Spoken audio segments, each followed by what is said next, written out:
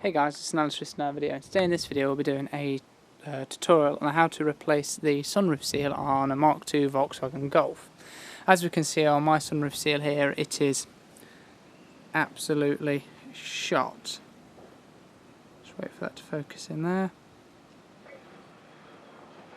Yes, you can see it's completely gone, and what that's now doing is when it rains quite heavily, it causes this is why the panel's off at the moment, the sunroof drains can't just handle this, and it's causing water to leak into here through underneath the scuttle.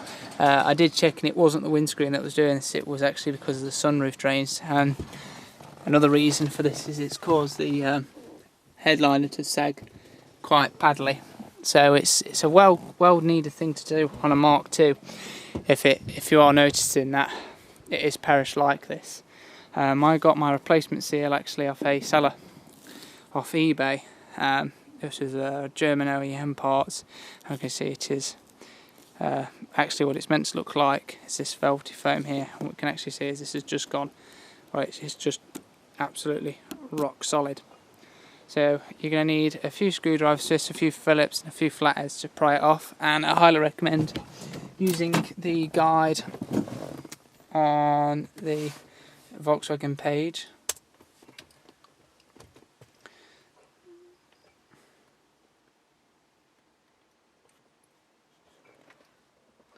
Oh, there we go, sorry.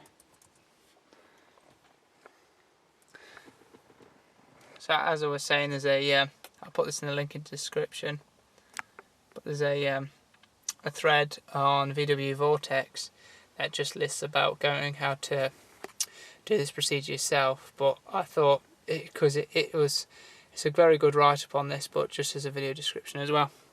Anyway, so let's begin. So the first thing you want to do is just open it just enough so you can get access to this felt pad here. Now this just pries off, so we just want to get something underneath there, like a plastic prying tool or maybe an old end of a toothbrush, and then just pry this off very gently and slowly. So once you've pried the front of this off, this now becomes loose to slide in and out here. So what we need to do now is we need to remove these two screws either side here, and then what we should be able to do is then lift the front of this up to then get this panel here out. So now these front two ones here are loose either side, so then just slide this bit back into the rail and then remove these two screws here. I apologise, focus on my camera is doing terribly today. And then two here as well. Okay, so as we can see here, after removing these screws, we've got this metal spring here, and there's like a little plastic wheel that sits on. So all we need to do is lift the spring down and then pull this wheel off its shaft, and then that will release tension on both sides, and then we can pull these springs out, and that's the same for the other side as well. Okay, so after removing these plastic wheels that hold these clips on, what I noticed is that mine were on there properly tight, and with this being 80s plastic, it can go quite brittle. So what I'd recommend you do is just take probably a bit of silicone spray on there, maybe some WD-40, and just to ease it along, just to make it pop out, because without it, they are quite stuck in there. They've been sat in there for 10 or 12 odd years. So what you need to do then is remove the second plate that sits onto these little ridges in here from both sides, and then what we can do after that, you can see them down there, is begin to push the sunroof forward and then out of its rail, just making sure you don't scratch the sunroof roof and the vehicle's roof as well. The paint job on this car is shit, so I'm not really too fussed about that. So let's continue.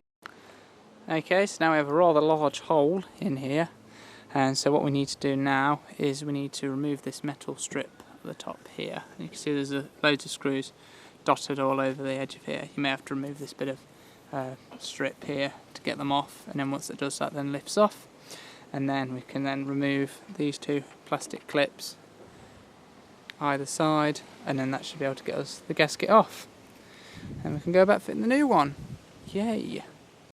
And this is why, ladies and gentlemen, you make sure you look after your sunroof seal, as I think I've just caught this in the nick of time, but it's just starting to go in a few places. Right, here's really the worst of it. I'm just getting what the previous person that had been here had done is he'd put some tape over these edges here, presuming to help it seal a bit better, but all it's done is it's just trapped moisture in it and caused it to rust up. So I'm going to probably sand this back a bit and just go over it with a quick shot of Toronto red. Sorry about the shockingly bad autofocus today.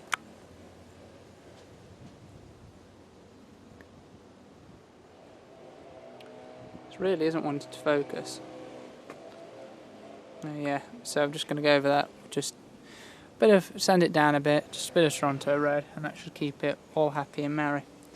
And then just fitting the seal is the same idea as reversal as removal. So yeah, I hope you've enjoyed this video, and I'll get you a clip when it's all back together.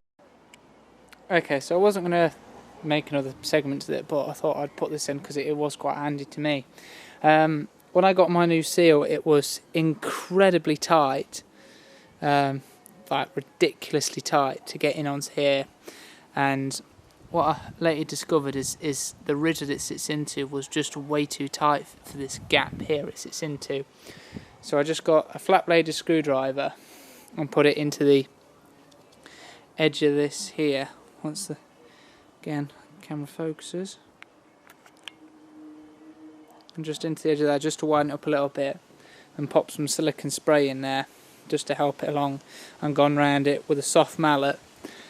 So as I'm feeding it in, just tapping it as I went round, just to make it a bit easier to fit in, because unless it's not like you, I had a real nightmare getting the thing to fit in. As you can also see here, I had to do some repairs on here. Just sand it back and spray it because it was all starting to rot around here. So just put it in liquor paint to stop it rusting, and we're almost there, ready for installation. Also, these two plastic clips either side here, you can just pry up with a flat bladed screwdriver, and they just pop off the top, and then when you go for installation, just put them back on. I think it just helps it align it.